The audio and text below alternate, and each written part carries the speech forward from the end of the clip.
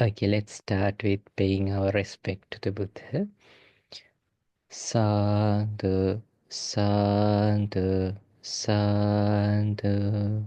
Namo tassa bhagavato arahato samma sambuddhassa. My homage to the Blessed One, the Worthy One, the Supremely Enlightened One. Sadhu, sadhu, sadhu. Let's pay our respect to our teacher, Anattalakkhaṇasutta Swamin Wahanse also. Sadhu, sadhu, sadhu. Okay. Today we are going to learn the second part of the Anattalakkhaṇa or the non-self sutta. So before that, it's better if we can go through the sutta one more time, so we all can listen to the audio recording of the sutta, and then we can learn the teachings. So we had 2 classes on that, and then we learned about again 2 weeks I think we took to learn about the non-self for the Anattalakkhaṇa. So I told you that after today, in the next week, we will practice the meditation on this the 5 aggregates of clinging. So this will definitely help you to feel the freedom, like inner peace and the inner freedom by practicing this. Okay, so okay, then I'll bring the basics, and then we all let's listen to the sutta, the audio recording. Then we can go through this sutta. So the most important thing here we have to remember in here. So this sutta, this is the first discourse. After this discourse, there were 5 arahants, and then this sutta helped to this were the after listening to this sutta, the whole 5 ascetic monks fully enlightened, so they experienced the full freedom. So this sutta discussed in in a July full moon day, in a night. So think that we all, the Buddha is, maybe like in front of,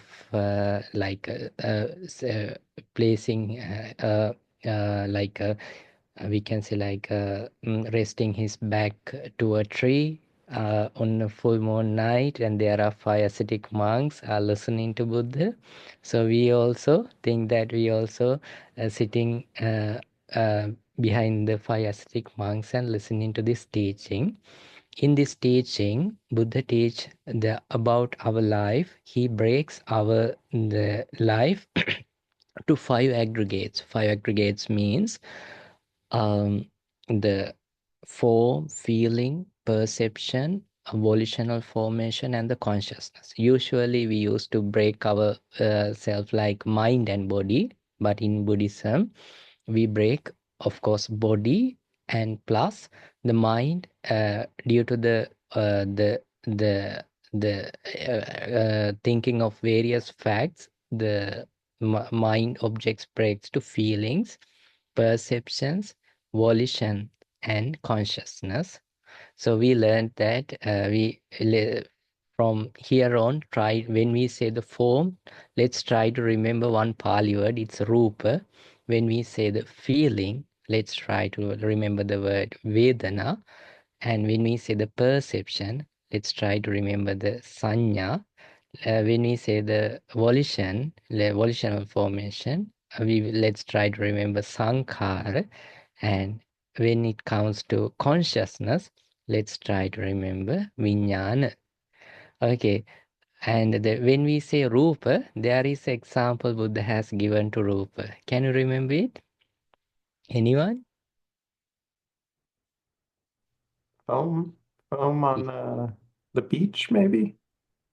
Oh, Foam on the water? not water, Sean. The form, Foam, actually. foam. Yeah. Foam. Yes, foam. Foam, yeah. So, yeah, we saw it in photometry recently. Mike took us to monks to see the Great Fall, and in the bank of the rivers there are foam. So likewise, the same foam actually. The foam, it's like the root, the body, the basically the body, which means which form means like with rising with four elements, earthly elements, water element, apo, tejo, vayu, air element, and the fire element. So it's like materials and energy. So when we say form, basically we talk about the inner body, this body. Uh, the example Buddha has given is the form. Form means why it says like a form, that means form means like a temporary thing. It when sun rises or due to the other environment circumstances, it just fade away. Like it's not lasting for long time. It's there, but it's not lasting forever. When it comes to feelings, the examples for the feelings are like, um, can anyone remember again? Okay, it's totally fine to forget, right? When I ask, I don't think that, oh, Bhante will feel worried, they can remember. It's not like that. I'm just asking to make you keep interact. When I ask questions, I know one thing that you will remember it. Yes, CB. Vedana. Yeah, the example. Oh, okay. Never. Okay, the A example is bubble? A bubble? A yes, water bubble? bubble. Yeah. Right. Very good, Sean. It's like the water bubble. So when when raining, the water dips, the bubbles like creating and vanishing, creating and vanishing. Likewise, the feelings in ourselves, pleasant or unpleasant or neutral, rising and falling, rising and falling.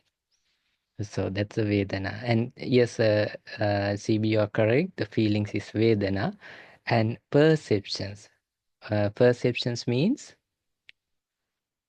sanna. Sanya. You last time you taught me the word, what it called, the upper, when we write the sanya, we write SANNA. And in N, we write that, what it called? Accent? Accent? Is it accent? Yeah, accent mark. Thank you. So the sanya, example for the sanya is, anyone? Mirage? Very good. It's mirage. So it's like mirage means it's not something real. We see like when we going in a desert, we see something like we feel like, oh, there is water, but it's actually not. Just appearing like water. So the mirage is the perceptions are like mirage. Actually, these are real. Like to our naked eye, it's real, but it's not a. It's a relative truth. It's not like a perfect truth. Like it's not 100% reality. We see it's just something. It's not like a permanent thing. Then we learned about the volitional formation or the intentions in our mind. Can anyone remember the Pali term? Buddha's teaching word? Sankara. Okay. Very good. Sankara. Sankara. And the Sankara. Example for the Sankara. Someone with the axe going to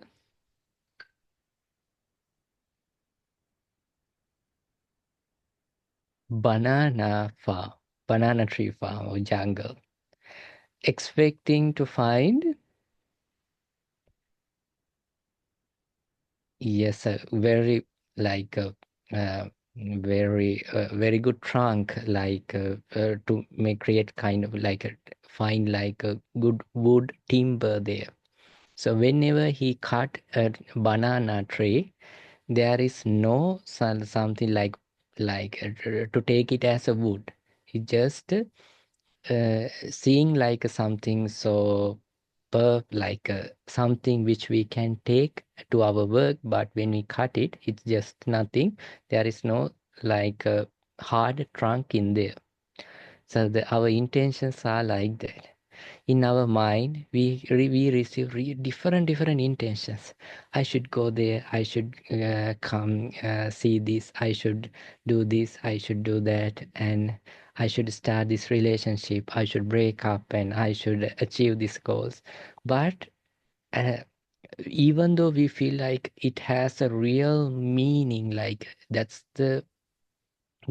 something in our life, it's just a frame which we create, which creating in our mind, and in reality, after some time or after we achieving that event, uh, it's it's just it's not what we expecting. So that's why we don't feel fulfillment.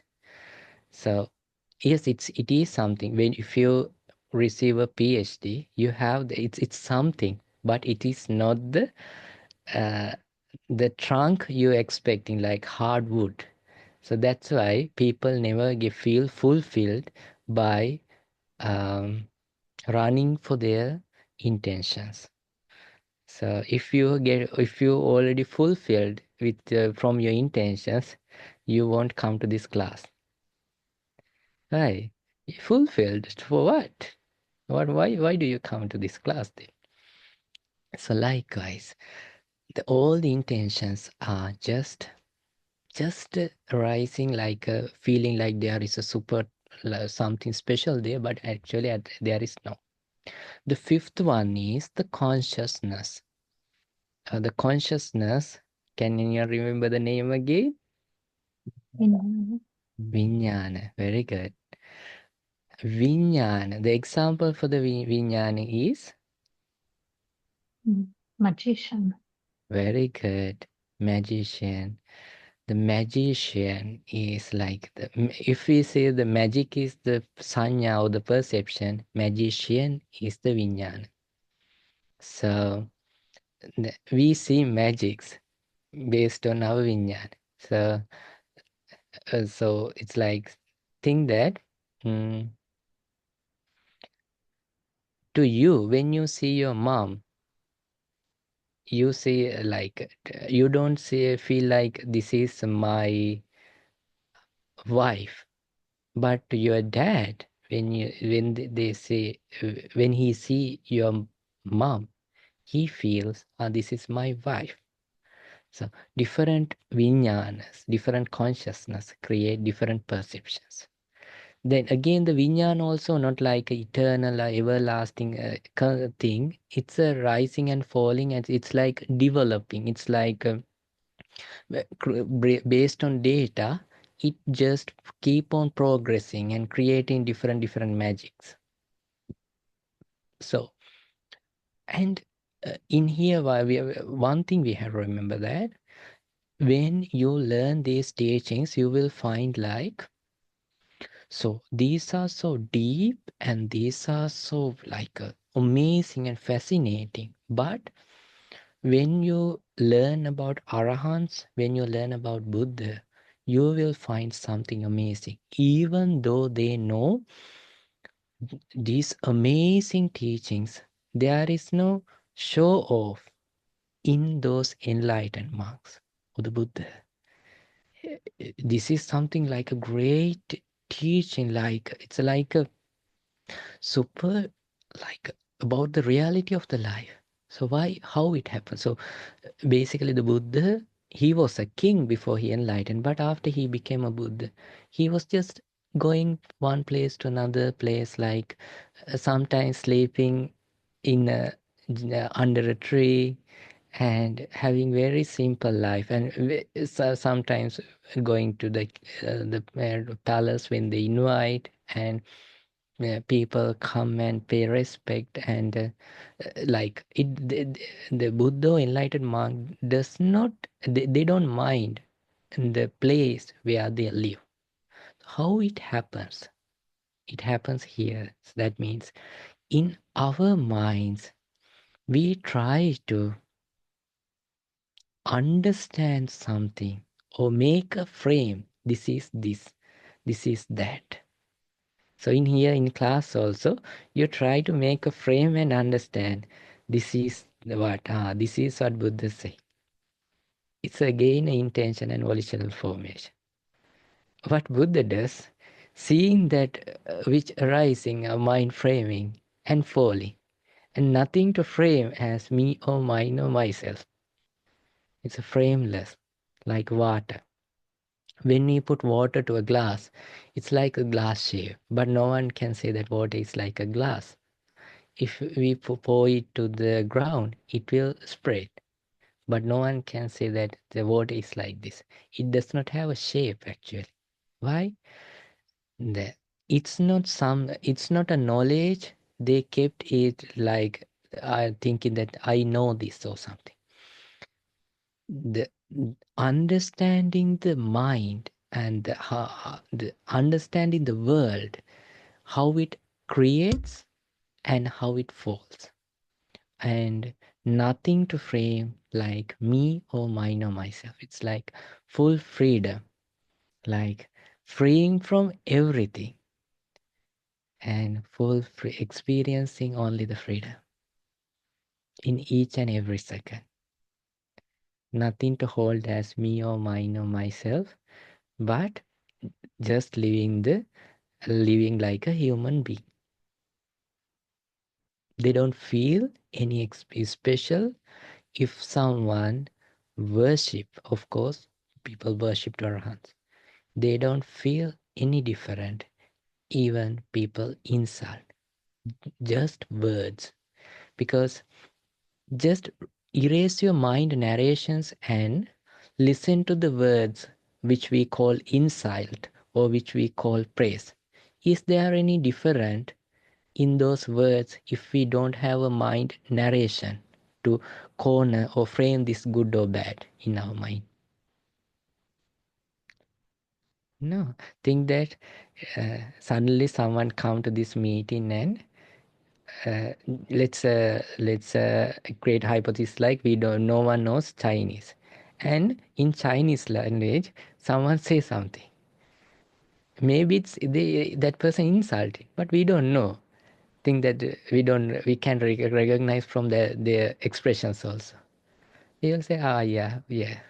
Sometimes they praise. We don't know.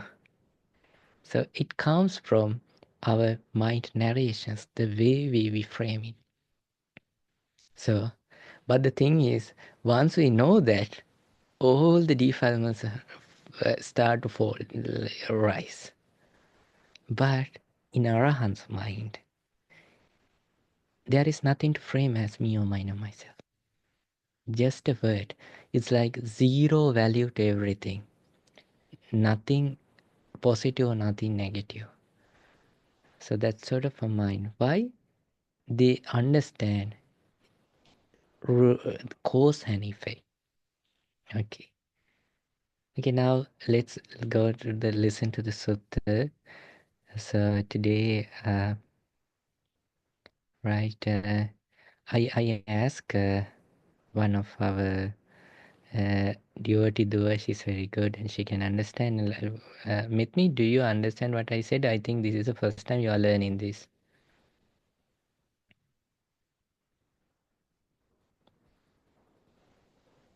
Okay, put it to the chat if you can't open your mic, right? If you are not sure, if you couldn't understand anything, let me know, then I can correct it, right?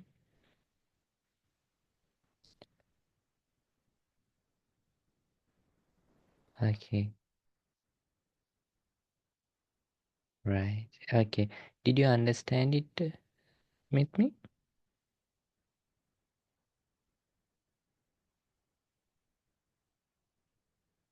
Okay, then let's listen.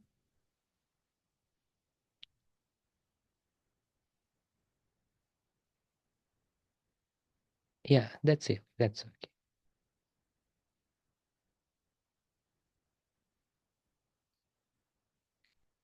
okay. Okay, now think that we are on a dark, now we are uh, under a tree. Buddha is preaching this sutta.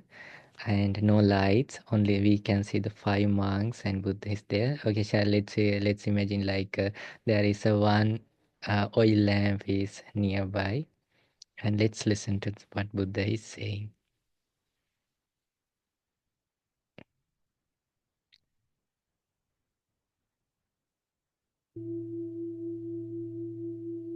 Can anyone thumbs up if you can see hear this? Okay, good. I have heard that on one occasion the Blessed One was staying at Varanasi, in the game refuge at Isipatana. There he addressed the group of 5 monks. Form, monks, is not self. If form were the self, this form would not lend itself to dis-ease.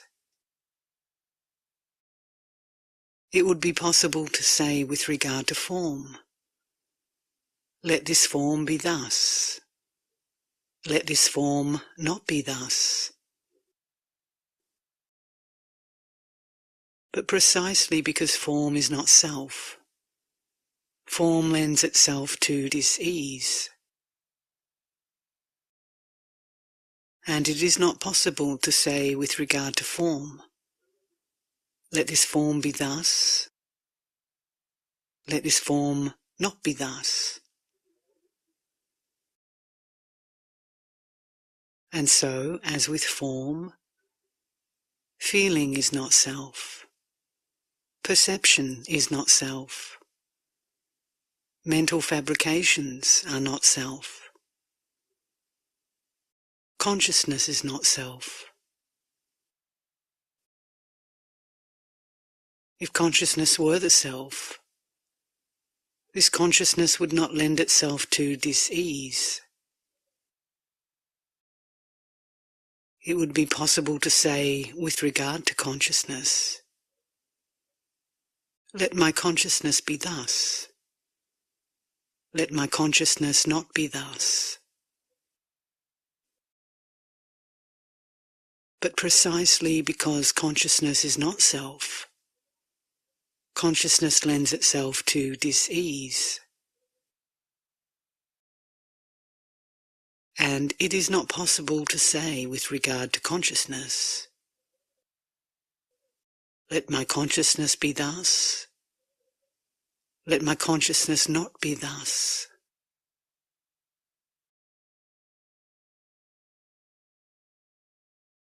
What do you think, monks?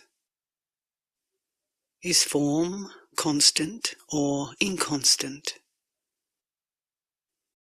Inconstant, Lord. And is that which is inconstant easeful or stressful? Stressful, Lord.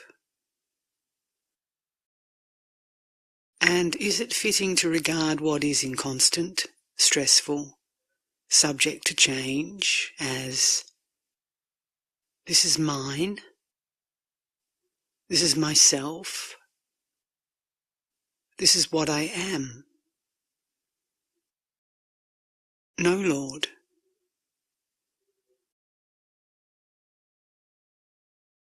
And so, in regard to perception, in regard to mental fabrications, and in regards to consciousness, are these constant or inconstant? Inconstant, Lord.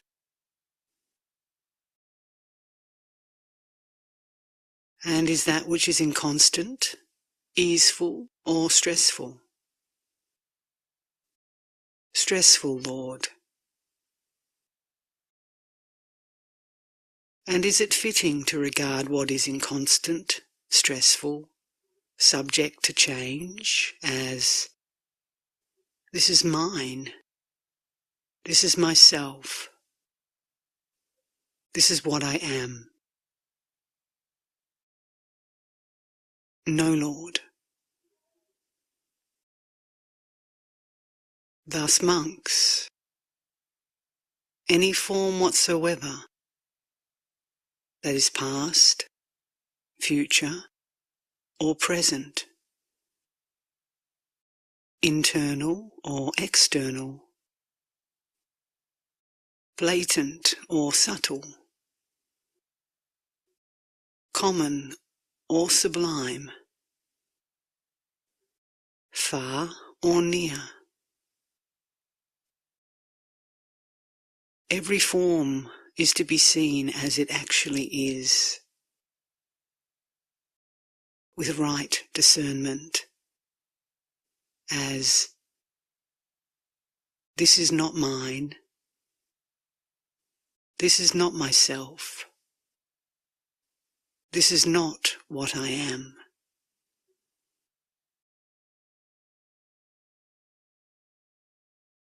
And so also with any feeling whatsoever, any perception whatsoever, any mental fabrications whatsoever, any consciousness whatsoever that is past, future, or present, internal or external, blatant or subtle, common or sublime, far or near.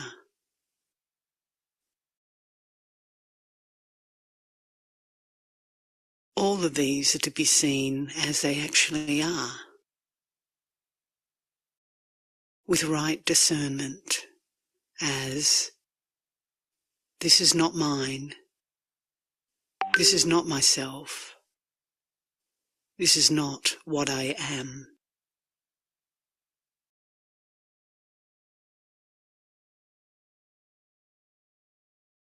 Seeing thus, the well-instructed disciple of the Noble One grows disenchanted with form, disenchanted with feeling, disenchanted with perception, disenchanted with mental fabrications, disenchanted with consciousness, disenchanted, one becomes dispassionate.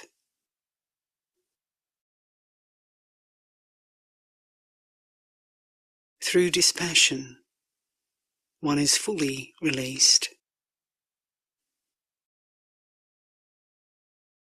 With full release, there is the knowledge, fully released.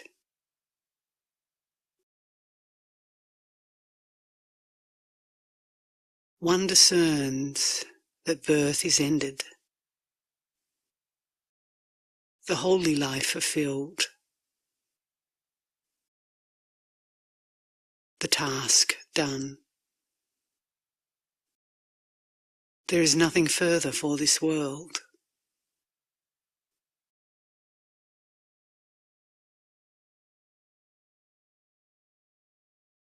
That is what the Blessed One said. Gratified, the group of 5 monks delighted at his words. And while this explanation was being given, the hearts of the group of the 5 monks, through not clinging and not being sustained, were fully released from all taints.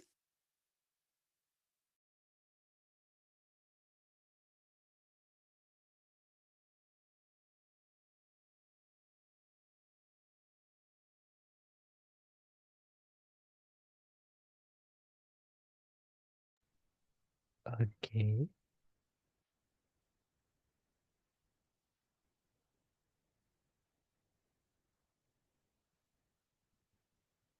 So let's try to so now the last week we learned about the impermanence and the suffering and the non-self. Now we have to learn about the 11 ways of it. So to make this clear, so let's try to break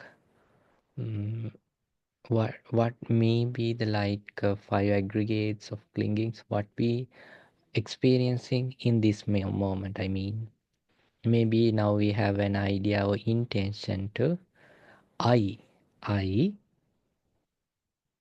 want to understand this, or I can't understand this. Like there may be like maybe I can understand this. There may be like based on that idea, maybe intention to understand, maybe in the intention to uh, thrilled, oh, I can understand, this is amazing, whatever. So like there may be different feelings, different perceptions, different volition formation, different consciousness, and the body we feel as me or mine or myself. So body is a impermanent thing. We know that body, there are 4 reasons for nutritions which uh, help to body to sustain. Can anyone remember the 4 nutritions for the form? At least one, the main one which we should know. Yeah, Jonathan? Food. Yeah, food. Oh. That's right. And so which is the main thing? The rest of the thing just keep a knowledge, but you don't need to learn in this at this level. But in later when we learning, you can understand it. The food. Without food, this body is not sustained. But not only the food, there are the other 3 nutritions. Uh, uh, Pasahara, the contact is a kind of a nutrition for the sustain of the food, and the mano sanchetana, the mind intentions, the mind narrations actually, and it's a kind of a food, and the vijnanahara, the consciousness. So we can in this level we can learn that, understand that based on food this body is here, even though I feel like this is me or mine or myself. Think that, just imagine that how you may feel in this class if you did not have your main meals today. Do you have a same energy what you are having right now? No. If you feel like no, I may have, think like you didn't have 2 days. That means what you are representing as me and my body, I'm capable. Even though we try to frame ourselves like frame me, that idea of me in this body is not because here because we feel this is me or mine or myself. This body is here because of the food. If food is not helping, this body is not lasting. So likewise, so it's basically like this. Think that due to we couldn't understand the real reason, we see a special person in something. Forget about ourselves. If you can remember the last time I said about what happened to Thomas Alva Edison, who invented the bulb, or he invented the gramophone. When he invented the gramophone, first he thought that this will be a very ideal model for the senators, because senators are the people who want to uh, keep talking for their votes.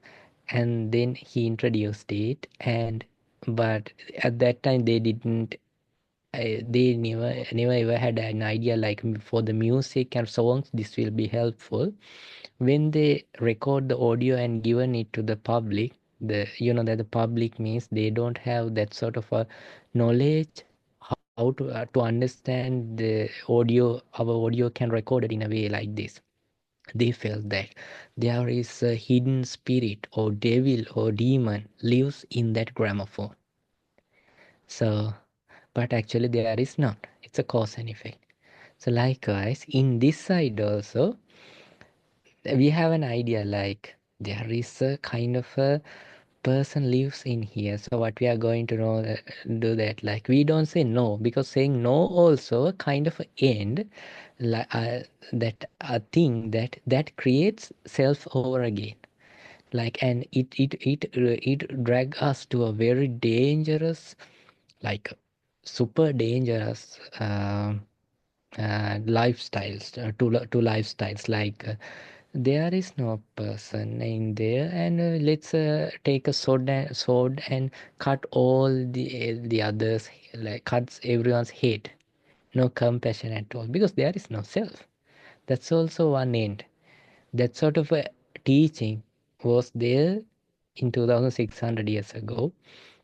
Like, no, then there is nothing to protect. And in the same time, there is a super self. That's also end. Buddha saying that we shouldn't go to all the both two ends. We have to be in middle and see the cause and effect instead of arguing. Because argument also mind narration, volition is arising and falling, and there is nothing to frame ourselves there also. Then the second thing is the feeling. So in here, you may want to understand based on that. If you couldn't understand, there may be like based on worrying, unpleasant feeling. If you feel like, oh, I know this and this is not special, there may be the neutral feeling, and you feel like, wow, this is amazing. Then there may be pleasant feeling, and all those feelings are based on the contact. Can anyone remember there are three things to contact? And when we say the contact, there should be three things. What are those?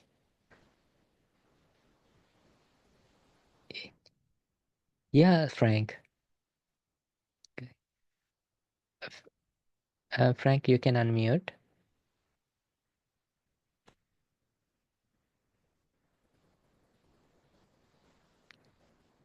Isn't it working? Oh, yeah, okay. With contact, there's sight, You're right. Very good. hearing.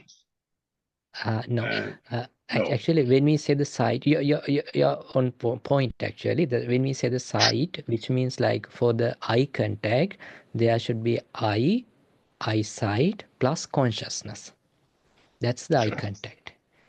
And then when it comes to ear, sound, and ear consciousness. Like to the nose, odor, nose consciousness. And then when it comes to the taste, like tongue, taste, and tongue consciousness. Like consciousness arises in all six sense faculties: eye, ear, nose, the tongue, body, and the mind. So based on that contact, feelings arises and falls. Feelings are like those water bubbles arising and falling. Understood? Yes. So then we may have a problem. Like when we are undergoing like a unpleasant feeling, why it's for long time if it's just a bubble? So the reason is because feelings are itself rising and falling. We give energy to keep it for a long time because of the fetus, or the we call the asava, or because based on the ego, because we feel like when we feel unpleasant thing, we want, instead of seeing arising and falling, we want to turn it back, we want to make it pleasant. So because of that, it's like this. If I ask you to, okay, remember, forget an apple, what happened? There wasn't any apple until I say this. Suddenly apple comes to your mind. So when you try to change something, you are giving reasons to rise it again. It's like this. uh, when uh, when you have only the coffee with you, and when you put it to the filter, even though you expect T from the bottom, it doesn't come. When you remember the data, what you have is the going through that filter. And the final what you're experiencing is the thing you put based on the data. So likewise, it's like cause and effect. It's like whenever you try to like forget something, that means you are giving an effort to bring it to your mind. So then the third one is the perception. The perception, maybe you may have a perception like, oh, I understand this, or I don't understand this. So like whatever the perception, it based on the contact, again rising and falling. So not only the feeling, but perception and intention, or the volitional formation, all those 3 out of 5 aggregates arising based on the contact. So that intention also, like, oh, like your main intention, your volitional formations also rising and falling based on contact. And the consciousness is the magician. The magician also based on mental and physical formation we call nama rupa. We will learn it in a we may need to learn about dependent origination for that. But of course, what you are knowing, the knowledge what you have right now also, like a basic essential knowledge, this knowledge help you to understand all the other teachings. So try to learn this, and instead of framing, oh, I understand this, try to release all the frames. That's what this meditation should do to you. Okay. Now we are going to learn about the 11 ways of this each aggregates. So you know that these aggregates are based on, aggregates means not like like uh, mountains or something. When we say aggregates, it represents time and space. This is a special thing you have to remember. When we say aggregate, each aggregate represents what? Time and space. When I say space, don't think about Mars or SpaceX or something. Space mean, we will learn in here, right? Okay. When we say the time, we all know that there are 3 times. What are the 3 times? Past, present, future. Past, present, and the future. Okay. So when we say about aggregates which arises, clingings can arises to the past aggregates, this moment aggregates, and the future aggregates. Example, oh, I had a very beautiful black good looking hair in the past. I was the beautiest girl at that time. I was the handsome guy, handsome boy at the school. So that's a way to the past aggregates also we attach. Present we attach, and to the future. Oh, I will die in Mars. It's also future, right? So likewise, like I will go there. One day I will visit Sri Lanka. Those are also kind of like aggregate which can cling. So not only the form, also the feeling, perception, volitional formation, and the consciousness. Then what is the space? What we talk about in space, we can talk ajata, means internal, what we feel as myself. External, the rest of the others.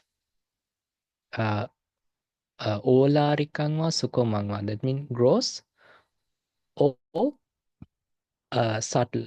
In here you can find that they are like duals. When we break this part internal, the other part we call the external. when we say gross, the opposite is subtle. And Olarikangwa Sukumangwa, then Hinangwa Panitangwa. Hinang means like inferior, Panita means superior, and Yedure Santikeva. Like Yedure means like in here, like no distance. No, the Yedure means like a long, like far away. Santike means in here. So like we try to understand about the way we cling to the space in internal, external, like gross, gross and subtle, and hinawa panitawa, which means like uh, hina means like inferior, panita means like superior. Ye dure santikeva. That means far away or here. So you know that these ways we can cling. So again, these are very conditional things. So the common example which I usually talk, but that the fly, maybe gadfly or any fly, if we tell him, okay, remember delicious food, he will remember warm, beautiful in his point of view, poop. Oh, this is the delicious food. But to him, it's the superior thing. To us, it's the inferior thing. So to us, there are beautiful people in this world. We feel like they are superior. But the Devas consciousness, that means in Buddhist teachings, we don't talk only about human, but we talk about animal and the hell world and the divinely world. To them, the humans are like inferior to the heavenly beings. Uh, the humans are like inferior. So like it's a conditional, like it's not like actual reality, the point of view, based on point of view. So, and ajatawa bahitawa, or that means interior or interior or exterior, gross or subtle, and what we call inferior, superior, or far or near. So we have to see all these, not me, not mine, not myself, whenever those arise. So that means in our mind, we have to see all these conditional things arising and falling. And without letting that to frame, we have to break it to not to frame as me or mine or myself. That's what the meditation does. The thing is, it's not that easy to do it like in this level of consciousness. Why? We have 5 hindrances. We are having very wandering mind. Like mind is so it's like distracting, like a monkey mind. So breaking is not like we can break the way we as fast our mind change or attach. So for that, we need to concentrate our mind. That's why we need the focused attention. That's why we meditate to the deeper levels. In deeper levels, we can understand this is form, feeling, perception, volitions, and consciousness. Then we can see it impermanence and suffering and unself, and we can break it and feel the freedom. And when we practice it more often in daily life, whenever we experience suffering, we can find where I have framed as me or mine or myself. So this is the teaching. Okay. Okay, let's say sadhu 3 times. Sadhu, sadhu, sadhu. Okay. Um, uh, Today, we all learned about the 5 aggregates of clingings and nice teachings of the Buddha, Anattalakkhaṇasutta, and we all accumulated many merits to our life. Let's share all these merits with all the devas, the divinely powers, and let's share all these merits with the past relatives, and especially let's share all these merits with our teacher, Anattalakkhaṇasutta. And let's share all the merits with all the monastic monks who practice meditation and teaching this to voluntarily to the community. And let's share all these merits to with all the participants who gathered today to learn these teachings of the Buddha. And by the power of these merits, may you all be well and be happy, and may you all able to understand the 4 noble truths in this Gautama Buddha's dispensation. Sadhu. Sadhu, sadhu. Dear